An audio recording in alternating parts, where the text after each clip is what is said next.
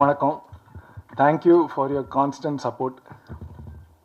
என்னை வந்து முதல்ல ஒரு ப்ரெஸ் ரிப்போர்ட்டர் கேட்டாங்க, ஏன் நீங்கள் வந்து ஜிடி நாயுடுவோட லைஃப் ஸ்டோரி எடுக்க ஆசைப்பட்டீங்க, நான் சொல்கிறேங்க உங்களுக்கு அப்படின்னு சொன்னேன். நான் இப்போ சொல்ல விரும்புகிறேன். நான் வந்து ஸ்கூலில் அவர் பற்றி படிச்சிருக்கேன் பாடம். அதுக்கப்புறம் ஒரு புக் ஃபேரில் அவரை பற்றின புக்கு ஒன்று படிச்சுட்டு நான் வியந்து போயிட்டேன். ஒரு சீனும் வந்து பார்த்தீங்களா, ஒரு ஈவெண்ட்டும் வந்து ஒரு சீன் மாதிரி இருந்தது. ஏன்னா படம் சீன் மாதிரி அவர் வாழ்க்கை வாழ்ந்திருக்காருன்னு சொல்லி இவரோட கதையை பற்றி நம்ம படம் எடுக்கணும், அவ்வளோதான். ஒரு ஃபில்ம் மேக்கராக முதல்ல புக்கு படிக்கும்போது அவ்வளோதான் எண்ணம் இருந்தது. அவரை பற்றி என்னன்னு தெரிஞ்சுது. ஸோ அவர் எவ்வளோ பெரிய ஆள்னு தெரியறதுக்கு டைம் எடுத்தது எனக்கு. நான் அதுக்கப்புறம் என்னோட நண்பர் முகில், அவர் தான் என் கூட சேர்ந்து டயலாக் எழுதியிருக்காரு இந்த படத்தில். முகில் சார், மாதவன் சார், நாங்கள் 3 பேரும் இருந்தோம். ஸோ முகில் வந்து தலை நம்ம வந்து இதுக்கு போகலாம், மியூசியம் போகலாம், அதுக்கப்புறம் அங்கே நிறையா தெரிய வரும்னு சொன்னோடனே நாங்கள் மியூசியம் போனோம். அப்போ ஃபேமிலி யாரையுமே நான் பார்க்கல.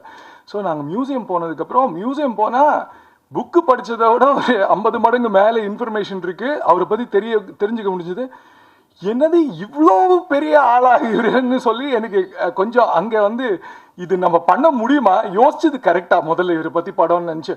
அந்த மியூசியமில் நான் வந்து ஒரு வியந்து பார்த்த ஒரு விஷயம் என்னென்னா, உலகத் தலைவர்கள், இந்திய தலைவர்கள், அதாவது இந்திய தலைவர்கள் பல பேர் ஜிடி நாயுடு ஐயாவோட வீட்டுக்கு போய், அவரோட தோட்டத்துக்கு போய், அவரோட ஆராய்ச்சி பண்ணுற இடத்துக்கு போய் அவரை மீட் பண்ணியிருக்காங்க.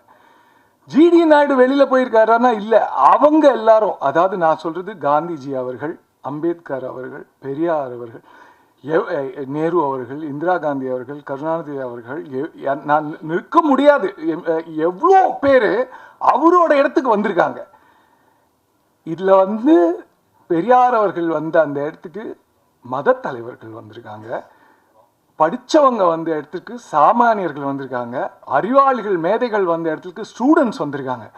நான் வந்து ஒன்று இது வந்து வேற பெர்ஸ்பெக்டிவ் தருது. திடீர்னு எல்லாருமே ஒருத்தர் வீட்டுக்கு வந்திருக்காங்க அப்படின்னு சொன்னால், எல்லாரும் நம்ம வந்து நீங்கள் என்ன ஆளுங்கன்னு கேட்குற பழக்கத்தை கேவலமாக வச்சுருக்கோம். நீங்கள் எங்கேருந்து, எந்த ஸ்டேட்டஸ்லேருந்து வந்திருக்கீங்கன்னு தெரிஞ்சு பேசுகிறோம். வெளிநாட்டுக்காரங்கிட்ட எப்படி, உள்நாட்டுக்காரங்கிட்ட எப்படி பேசணுன்ட்டு நம்ம மனசு நம்மளை கண்டிஷன் பண்ணி வச்சுருக்கேன். அவ்வளோ கேவலமான, நான் மற்றவங்களை பற்றி விட்டுருங்க, என்னை பற்றி நான் அப்படி தான் நினச்சிக்கிட்டேன். ஆனால் ஒரு மனிதனை மனிதனாக பார்த்த மகான் அப்படின்னு நான் சொல்லுவேன். மனிதம் பாராட்டியதால் தான் அவ்வளோ பேரும் அவர் கூட ஃப்ரெண்ட்ஸாக இருந்திருக்காங்க. சினிமாவே அவருக்கு பிடிக்காதுங்க சுத்தமாக.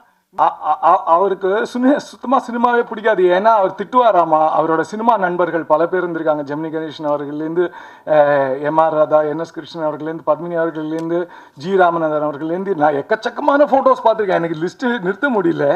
ஸோ அவங்க எல்லார்கிட்டையும் சொல்லுவாராமா, அவ்வளோ நல்ல ஊடகத்தை வச்சுட்டு அறிவியல் பேசாமல் என்னதையோ சொல்லிட்டுருக்கீங்களேன்னு சொல்லி. அதனால் அவருக்கு சினிமா பிடிக்காமையும் அந்த துறையிலேருந்து அவ்வளோ பேர் அவர்களுக்கு நண்பராக இருந்திருக்காங்கன்னா, ஒரு மனுஷனை நான் மனுஷனாக தான் பார்ப்பேன். அவர் ஜாதி பார்க்க மாட்டேன், அந்தஸ்து பார்க்க மாட்டேன், அவங்க எந்த ஊர் பார்க்க மாட்டேன், நிறம் பார்க்க மாட்டேன், வயசு வித்தியாசம் பார்க்க மாட்டேன், அவன் மனுஷனாக பார்க்க மாட்டேன். அவரோட எல்லா இன்வென்ஷன்ஸும் அதை பேஸ் பண்ணி தான் இருந்தது. ஒரு தனி மனித சுகத்திற்காக நான் இன்வென்ட் பண்ணுவேன். காசு இருக்கிறவங்களுக்கு எல்லாம் கிடைக்கும், காசு இல்லாத சாமானியர்களுக்கு எல்லாமே கிடைக்கணும் அப்படின்ட்டு.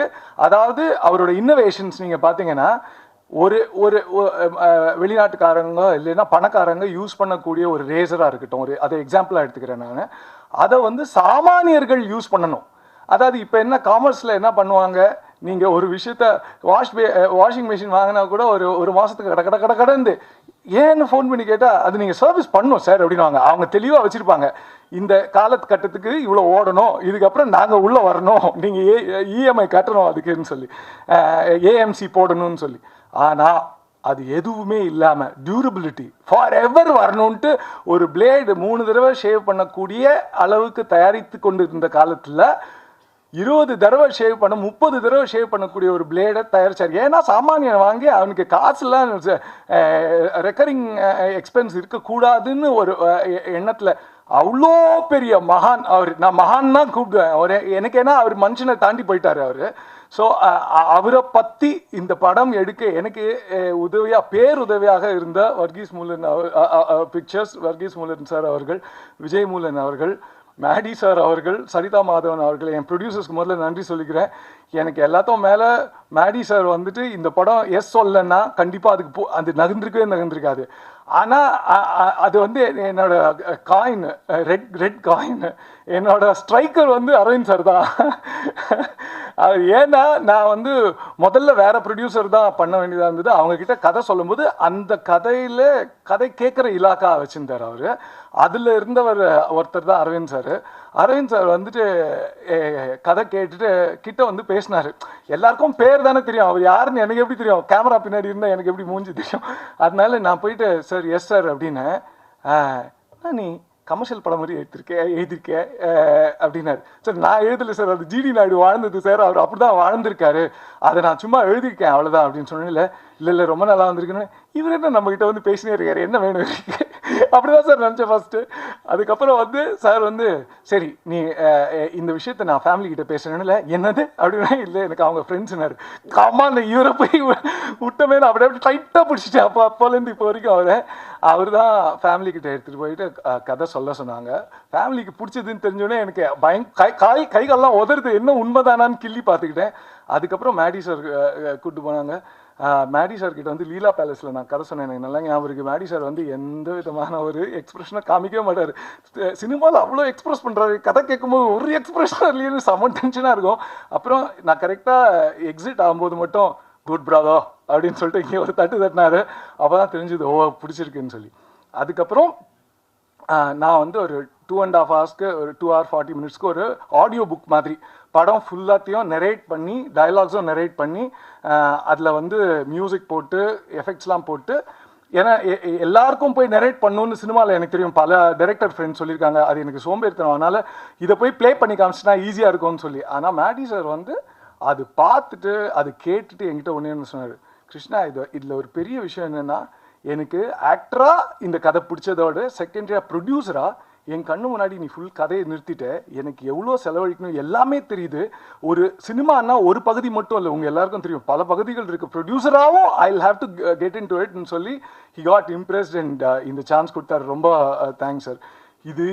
இதெல்லாம் ஒரு பகுதியாக இருக்கட்டும். நான் ஆட்ஸ் பண்ணியிருக்கிறதுனால நான் உங்ககிட்ட ஒன்று சொல்ல விரும்புகிறேன். அட்வர்டைஸ்மெண்ட்டில் ப்ராடக்ட் இம்பார்ட்டன்ட்டு, பிராண்ட் இம்பார்ட்டன்ட்டு. அது எல்லாத்தையும், அந்த ப்ராடக்டையும் பிராண்டையும் நீங்கள் அதை பார்த்து அதுக்கு எப்படி ப்ரொமோட் பண்ணுன்றதை தாண்டி கிளைண்ட்ஸ் அந்த ப்ராடக்ட் வந்து குழந்தை மாதிரி வளர்த்த அந்த கிளைண்ட்டு எஸ் சொல்லணும். கடைசியில் அவங்க எஸ் சொல்லலைன்னா திருப்பி கடன்னு கீழே வந்து விழுந்துரும். அது மாதிரி எனக்கு அட்வர்டைஸிங்கில் இருந்ததுனால இல்லை, அந்த இதில் நான் அந்த கம்பேர் பண்ணுறேன். ஃபேமிலி கிட்ட போய் கதை சொல்லும்போது அவங்க என்ன விஷயம்னா, நான் பாட்டுக்கு ஃபிக்ஷன் உள்ளே எங்கே சேர்க்கணுமோ சேர்த்தாச்சு, ஆனால் அது அவங்களுக்கு கரெக்டாக பொருந்தணும் இல்லை. ஸோ அவங்க கேட்கும்போது ஜிடி ராஜ்குமார் சார் இருந்தாங்க, ஜிடி நாயுடுவோட புதல்வன் பையன் ஜிடி கோபால் சார் அவங்க இருந்தாங்க. கதை கேட்கும்போது அவங்க உட்காந்துட்டு இருந்தாங்க. அவங்க மருமகள் சந்திரா மேடம், இவங்க 3 பேரும் உட்காந்துருந்தாங்க. இவங்க தான் டிசைடிங் அத்தாரிட்டி. ஸோ கதை சொல்லி முடிச்சதுக்கப்புறம் ஜிடி நாயுடு அவங்க பையன் கேட்குறாங்க, கோபால் சார், உனக்கு எப்படி இதெல்லாம் தெரியும் அப்படின்றாரு. ஆமாம், உனக்கு எப்படி இதெல்லாம் தெரியும் அப்படின்னு சொல்கிறாரு. இல்லை, நான் இந்த மாதிரி ரிசர்ச் பண்ணேன் சார், இவ்வளோ புக்ஸ் படிச்சுட்டு அவர்கிட்ட சொன்ன மாத்திரத்தில் you won't believe, GD Naidu வந்து ஒரு ட்ராவல் பண்ணியிருக்காரு. பாவம், ஒரு காலகட்டத்தில் குடும்பத்தை பிரிஞ்சு கிட்டத்தட்ட 1 வருஷம் அவர் இல்லை, அவர் இறந்து போயிட்டாருன்னே நிறைய பேர் நினைச்ச ஒரு தருணம் அது. ஏன்னா அவரால் இந்தியா ரிட்டர்ன் பண்ண முடியாத காலத்தில் எங்கேருந்து எங்கே போனாருன்னு பாஸ்போர்ட் எதையுமே பார்க்காம கடன்னு எனக்கு சொன்னார். இப்போ 80+ அவருக்கு, 85+ அவருக்கு. அவர் எப்படி ஞாபகம் வச்சு எனக்கு சொன்னார் எனக்கு புரியல. ஃபேமிலியிலேருந்து அவ்வளோ சப்போர்ட் கொடுத்துருக்காங்க. நான் அவரும் கோபால் சாரும் சரி, சந்திரா மேமும் சரி, எனக்கு ஃபேக்சுவலாக, ஸ்டாட்டிஸ்டிக்கலாக, இமோஷ்னலாக அவ்வளோ கதை சொன்னதில் என்னோட பெர்ஸ்பெக்டிவே சேஞ்ச் ஆகி நான் ஸ்கிரிப்டில் அவ்வளோ சேஞ்ச் பண்ணேன். அதுக்கப்புறம் ஜிடி ராஜ்குமார் சார் மாதிரி நான் ஒரு உழைப்பாளியை பார்த்ததே இல்லை. எனக்கு என்னென்னா, அவரு தாத்தா அவ்வளோ பெரிய இன்ஸ்பிரேஷன்னா வந்து அந்த தாய் 8 அடினா புள்ள 16 அடினா யோசிச்சு பாருங்களேன், சான்ஸே இல்லை. எனக்கு என்னன்னா இவங்க ஜெர்மன் பேசுவாங்க, அதெல்லாம் தாண்டி ஸ்கிரிப்ட் இல்லை, அவங்களுக்கு என்ஜினியரிங் சினிமாக்கு என்ன சம்மந்தம், அவங்களுக்கு சுத்தமாக சம்மந்தமே இல்லை. ஆனால் அவங்க உள்ள வந்து என்கிட்ட பேசும்போது இல்லை, இன்னும் நம்ம பொழப்ப தூக்கிடுவார் போல இருக்குன்ற மாதிரி இருந்தது. ஏன்னா நாங்கள் என்ன பண்ணுறோமோ நம்ம படத்துக்கு அவ்வளோ அதை புரிஞ்சுக்கிட்டு, கிருஷ்ணா இந்த சீன் இங்கே வச்சா நல்லா இருக்கும்லன்னு. ஐயோ என்ன நான் என்னென்னா அடுத்த ஸ்கிரிப்ட் அவர் கூட நான் டிஸ்கஸ் பண்ணுவான்ற அளவுக்கு ஹி கேம் அண்ட் ஹெல்ப். என்னன்னா இப்போ ப்ரெஸ்ஸில் ஏதாவது கேட்டாங்கன்னா, சென்சாரில் ஏதாவது கேட்டாங்கன்னா, இது வந்து ப்ரூஃப் சப்ஸ்டான்ஷியேட் பண்ணுறதுக்கு சப்போர்ட் பண்ணுறதுக்கு டாக்குமெண்ட்ஸ் வேணும்னு சொல்லுங்கள். நைட் அண்ட் டே இவர் போய் அந்த லைப்ரரியில் உட்காந்து, அந்த லைப்ரரி நான் போய் பார்த்துருக்கேன், நீங்கள் ஒரு தடவை உள்ளே போயிட்டு வந்துட்டீங்கன்னா ஜலதோஷம் தும்மெல்லாம் கேரண்டி. அந்த லைப்ரரி உள்ள உட்காந்து அவர் டாக்குமெண்ட்ஸ் எடுத்து அப்பப்போ எனக்கு ஃபோன் பண்ணி சொல்லுவார், கிருஷ்ணா கிடச்சிச்சு எனக்கு இது அனுப்புவார்.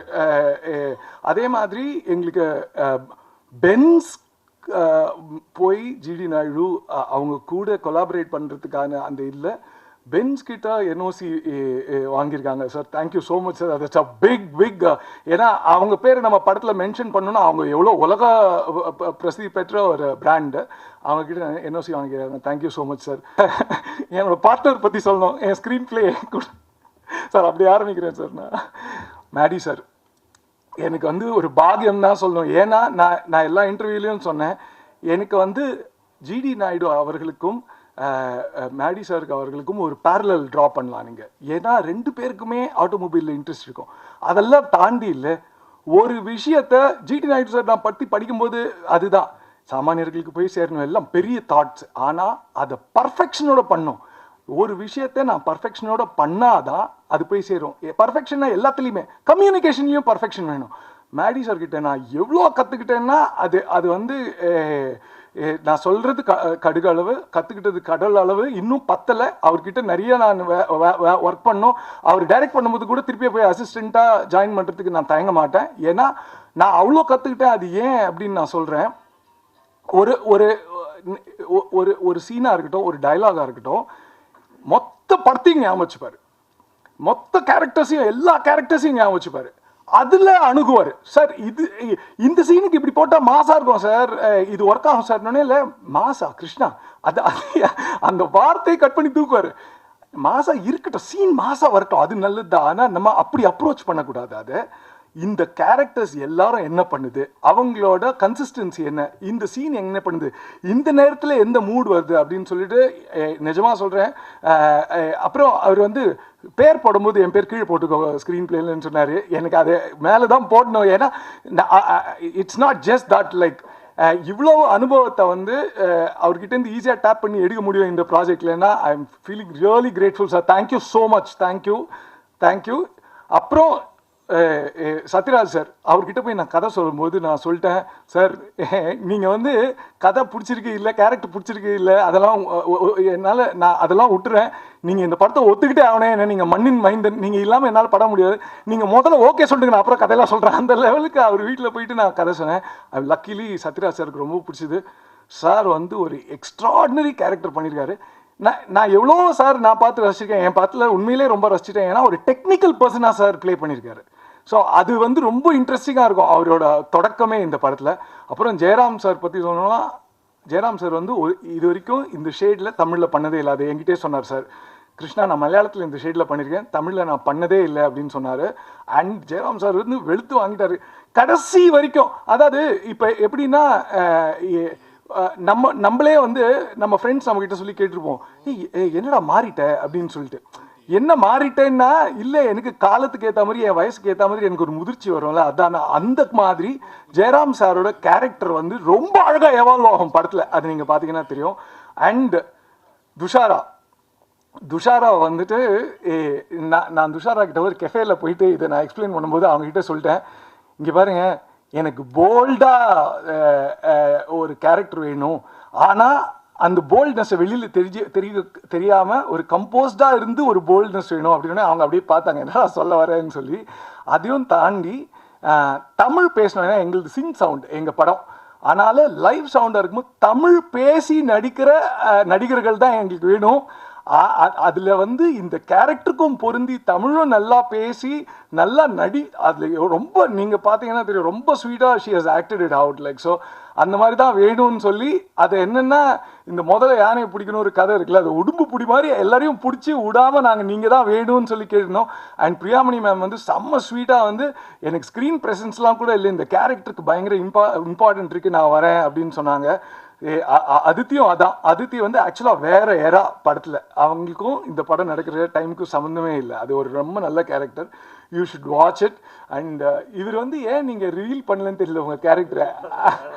அது இல்லை தந்தை பெரியாராக பண்ணியிருக்காங்க, அதுவும் பியூட்டிஃபுல்லாக பண்ணியிருக்காங்க. அது வந்து ஆமாம் ஆமாம் ஆமாம் இல்லை அது அந்த மாதிரி ஆச்சு, அந்த மாதிரி. சார் இதில் என்னென்னா, இதெல்லாம் தாண்டி எல்லாருக்கும் நன்றி. இதெல்லாம் தாண்டி டைரக்டர் பேர் வரும், அது ஒரு தனியாக ஒரு கார்டு போடுவாங்க, அது பயங்கர ஹாப்பி, ஏன்னா நம்ம உழைப்புக்கு ஒரு ரெக்கக்னிஷன் தரும். ஆனால் எங்களுக்கு பின்னாடி அவ்வளோ பெரிய பில்லர்ஸ் இருந்தால் தான் அங்கே முடியும், இல்லைன்னா சத்தியமாக இது ஒரு நீங்கள் பார்க்குறதும் அந்த காலத்தில் என்னென்னா,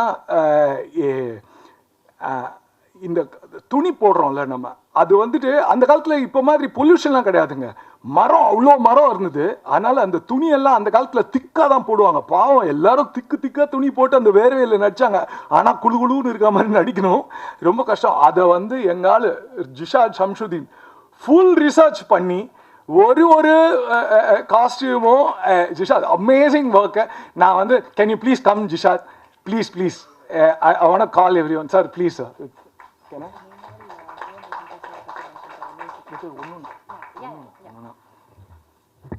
இவர் தான் எங்கள் costume designer Jishad. Sorry, I'm gonna call you all. அப்புறம் என்னோட மேக்கப் பர்சன், அது என்னென்னா, அவருக்கு ரஞ்சித் சாருக்கு என்ன எவ்வளோ பெரிய சேலஞ்சுனா, எல்லாருக்கும் பீரியட் லுக்கு கொடுக்கணும். பீரியட் லுக்குக்கு வந்து எல்லாருமே 1917 படம் 1960 வரைக்கும் போகுது, எல்லாரும் வயசாகணும். அப்புறம் டெய்லி வந்து எந்த பீரியடுன்னு வேறு அவர்கிட்ட நாங்கள் சொல்லணும், ஏன்னா அந்த பீரியடுன்னு தெரிஞ்சால் தான் அது ஆக்டர்ஸ்கிட்டையும் சொல்லணும், அவர்கிட்டையும் சொல்லணும். ஜூனியர் ஆர்டிஸ்ட்லாம் இருப்பாங்க, ஒரு பீரியடில் வந்து இங்கே மட்டும் முடி இருக்கும், அப்புறம் குடுமி இருக்கும், கிராப் ஆகணும். எல்லா ஜூனியர் ஆர்டிஸ்டும் அவங்க ஞாபகம் வச்சுக்கணும். வெறும் பெரிய ஆக்டர்ஸ் ஞாபகம் வச்சா கூட பரவாயில்ல, எல்லா கட்டத்துலேயும் அவங்க ஞாபகம் வச்சுக்கணும். அது வந்து அவர் எப்படி அந்த கணக்கை போட்டாருன்னு அப்புறம் கேட்டு தெரிஞ்சுக்கிறேன். Great work. அதுக்கப்புறம் வந்து எங்களோட போஸ்டர் டிசைனர் அனூப் ப்ளீஸ் கம்னோ. ஸோ அவர் வேற ஒரு கம்பெனியில் வேலையும் செஞ்சுட்டு எங்களுக்கு டிசைனும் பண்ணுவார். அவர் அந்த மாதிரி ஒரு ஆள், எப்போ கேட்டாலும் ஃபோன் எடுத்து அடிப்பார். ஸோ காத்தால ஒரு 10 மணிக்கு நான் ஃபோன் எடுத்து 10:30 அந்த மாதிரி ஒரு 11:30க்கெலாம் காத்தால ஃபோன் அடிச்சு 11:30க்கு நம்ம சாப்பிட்டு ரெடியாக இருப்போம்ல, ஃபோன் ஷாப் கிருஷ்ணா அப்படின்னு. ஏன்னா நைட் ஷிஃப்ட் பண்ணியிருப்பாரு கம்பெனியில், நம்மளுக்கு பாவம் தெரியாது, அவருக்கு டே தான் நைட்டு. அவரை பிடிச்சி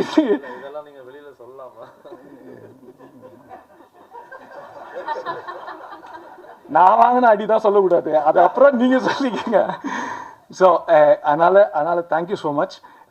இன்னொன்று என்னென்னா, கடைசியாக தேங்க்யூ ஜி, நீங்கள் if you want please it's என்னோட ஸ்வீட் ஹார்ட் விஜித் என் எடிட்டரு, அதுக்கப்புறம் என்னோடய சவுண்ட் சதாஷிவ், அவங்க இன்றைக்கி வரல. அவங்க வந்து QC பார்த்துட்ருக்காங்க, அதனால் அவங்களால வர முடியாது, அவங்க இப்போ வேலையில் தான் இருக்காங்க. ஸோ இப்போது இந்த படம் வந்துட்டு எப்போவுமே நீங்கள் இந்த வெள்ளக்கார ஆக்டர்ஸ்லாம் பார்த்தீங்கன்னு வச்சுக்கோங்களேன், அவன் ரேண்டமாக நடிச்சுட்டு போயிடுவாங்க. இந்த ஃபாரின் அதாவது இந்த மாதிரி ஃபாரின் ஆக்டர்ஸ் இருக்கிற ஒரு படத்தில் வெள்ளக்கார நடிகர்கள்லாம் சுமாராக நடிப்பாங்க. ஆனால் மேடி சார் வந்து ரொம்ப தெளிவாக ரொம்ப தெளிவாக சொன்னார், கிருஷ்ணா அந்த விஷயம் மட்டும் நம்ம பண்ணிடவே கூடாது. ஆஸ் அ ப்ரொடியூசர் லைக் எனக்கு அதான் நான் எல்லாரும் நிறைய பேர் கேட்டாங்க, அவர் டைரக்டராக அவரே டைரக்ட் பண்ணுறது எப்படி இருந்தது. எனக்கு அவர் ப்ரொடியூசராக டைரக்ட் பண்ணுறது தான் பயமாக இருந்தது. ஏன்னா அவ்வளோ ஸ்ட்ரிக்ட் ஏன்னா ஃபில்ம் மேலே அவ்வளோ லவ் அவருக்கு. எல்லாரும் நல்ல ஆடிஷன் பண்ணி அவங்களோட திறமை தெரிஞ்சதுக்கப்புறம் தான் உள்ளே வரணும்னு, அந்த மாதிரி எங்களுக்கு ஒரு பயங்கர ஜெம் ஒருத்தர் கிடச்சிருக்காரு, கால் ஹார்ட்டு. ஹாய் கால், just say hi no to everyone, please come here and say hi. Adada, I'm just calling him like. No, I just want you to இவர் ஆஸ்திரேலியன். ஒரே ஒரு வார்த்தை. Vanakkam, M.P.R. Carl. I think I'll switch to English now because நான் குழந்தை Tamil பேசு. It's a pleasure to be here because I feel that I'm part of something much bigger than just a film. I shouldn't say just a film. A film is something amazing in itself.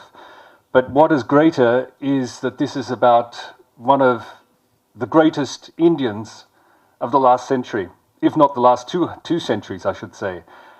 It's about a man who spent his life and his energy making the lives of others easier, and in so many different areas. And in one particular area of my interest, which is building. To build a house in 11 hours, I don't know how that was done, but I would really like to know. Having built a house and designing houses, I'd really be interested. But it's been an amazing pleasure to be part of this film, and I hope you all enjoy it. And I'm looking forward to seeing it myself. So thank you very much, and thank you very much to everyone for giving me this opportunity. Thank you call. Thank you so much. Thank you. அவருக்கு தமிழும் தெரியும்னு சொன்னதுனால தான் அவர் கண்டிப்பாக உள்ளே இருந்தார் படத்தில். Thank you கால். So இது எல்லாத்துக்கும் மேலே வந்து என் பிரதர் ஒருத்தர் இருக்கார் இங்கே. அவரை பற்றி நான் சொல்லி ஆகணும். Murali, I mean like he's like my brother. ஏன்னா அவனுக்கு வந்து அந்த என்ன சொல்கிறது, இந்த 2 குதிரை அது மாதிரி ரெண்டு வேலை அவனுக்கு. ஒன்று வந்து இபி, எங்கள் படத்தோட இபி அவர் தான். எல்லாத்துக்குமே முரளி தான் கேட்போம். பாத்ரூம் எங்கே ரெஸ்ட் அதே சாரி முரளி, நான் சொல்லி ஆகல. அங்கேருந்து செக்கு எங்கேன்னு கேட்குற வரைக்கும் அவர் தான் எங்களுக்கு. So Murali has done a brilliant job as an actor also. இந்த படத்தில் ஒரு நல்ல இம்பார்ட்டன்ட் ரோல், ரொம்ப குட்டி ரோல் தான் நான் கொடுத்தேன் ஆக்சுவலாக. அது நானும் மேரி சார் உட்காந்து எழுதும்போது இவால்வ் ஆகி நல்ல ரோல் ஆயிடுச்சு. நான் வேற சொல்லுவேன், டே ரோல் வேற பெருசாகிடுச்சு, நீ அந்த வேலை வேற பண்ணணும்னு சொல்லி. But Murali, you have done a great job. இன்னி வரைக்கும் இந்த ஸ்டேஜுக்கு எப்படி போகணும், எந்த டைம் போகணும் எல்லாம் அவன் தான். அதெல்லாம் சொல்லிட்டு குவைட்டாக அப்படியே ஓரத்தில் உட்காந்துருக்கான். அதனால் I have to tell about him. இங்கே வந்து நம்பியார் அவர்கள் எஸ்டீரியர் ஆக்டர், அவரோட பேரை எங்கள் படத்தில் ஒரு ஸ்வீட்டான ஒரு ரோல்.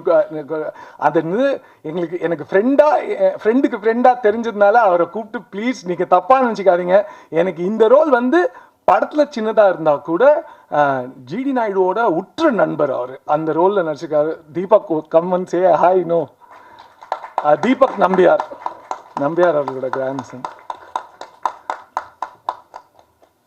அப்புறம் சச்சின், ஷிகா அண்ட் பிரிகிடா வந்து என்னோட நீஸ். ஸோ இவங்க எல்லாருமே படத்தில் ஒரு நல்ல ரோல் நடிச்சிருக்காங்க. அப்புறம் இந்த படத்தில் ஜென்சன், அப்புறம் தம்பி ரமேஷன், நிறையா பேர் இருக்காங்க. பட் நான் வந்து இதோட நான் முடிச்சுக்கிறேன். முடிக்கிறதுக்கு முன்னாடி ஒரு மோஸ்ட் இம்பார்ட்டன்ட் பர்சன் எனக்கு வந்து நான் மிஸ் பண்ணுறேன். இங்கே எல்லா இன்டர்வியூஸ்லையும் எல்லா இடத்துலையும் நான் மிஸ் பண்ணுவேன். அது கோவிந்த் வசந்தா. ஏன்னா எங்களுக்கு மியூசிக் பண்ணி முடிச்சுட்டு வயலின் வாசிக்கு போயிடுவார் ஏதாவது ஷோக்கு. அதனால அவர் எப்போ கேட்டாலும் அவர் எங்கேயாவது ஷோவில் இருப்பார். அப்புறம் எங்களுக்கு வந்து மியூசிக் பண்ணி முடிச்சுட்டு போயிடுவார். அவர் கூட ஒரு எக்ஸ்ட்ராடனரி ஜேர்னி எனக்கு. ஏன் நான் சொல்கிறேன்னா, எப்போவுமே சோல்ஃபுல்லாக, ரொமான்டிக்காக, நாஸ்டாலஜிக்காக மியூசிக் போடுற ஒரு ஆள் இந்த படத்தில் பயங்கரமாக டிரான்ஸ்ஃபார்ம் ஆயிருக்காரு. இன்னொன்று என்னென்னா, இந்த படம் நடக்கிற அந்த பர்டிகுலர் எரா வந்து ஜாஸ்னு ஒரு இசை பிறந்த ஒரு நேரம். அது அந்த ஜாஸ்ன்ற இசை பிறந்த நேரம்ன்றதுனால நான் கோவிந்த் அவர்கிட்ட கேட்டேன், சார் நம்ம வந்து ஜாஸ் நம்ம இந்த படத்தில் நிறையா யூஸ் பண்ணலாமான்னு கேட்டேன். அப்போ கோவிந்த் சொன்னார், நீ இந்த படத்தை ரொம்ப ரூட்டடாக எடுத்திருக்க, ரொம்ப மண் சார்ந்ததாக எடுத்ததுனால நம்ம என்ன பண்ணுவோம், அந்த இன்ஸ்ட்ருமெண்ட்ஸை பாரோ பண்ணிப்போம். அந்த ஜாஸ் இன்ஸ்ட்ருமெண்ட்ஸ் எடுத்து போகணும், அந்த பிராஸ் இன்ஸ்ட்ருமெண்ட்ஸ் எடுத்து அவர் நாதஸ்வரம் செய்யக்கூடிய அந்த மேஜிக்கை ட்ரம்பட்ஸ் வச்சு பண்ணியிருக்காரு. You should listen to the songs and the background score and he has nailed it. Like நான் சொல்கிறத விட நீங்கள் அதை பார்த்து எழுதுறது தான் அது தேவைன்னு நினைக்கிறேன்.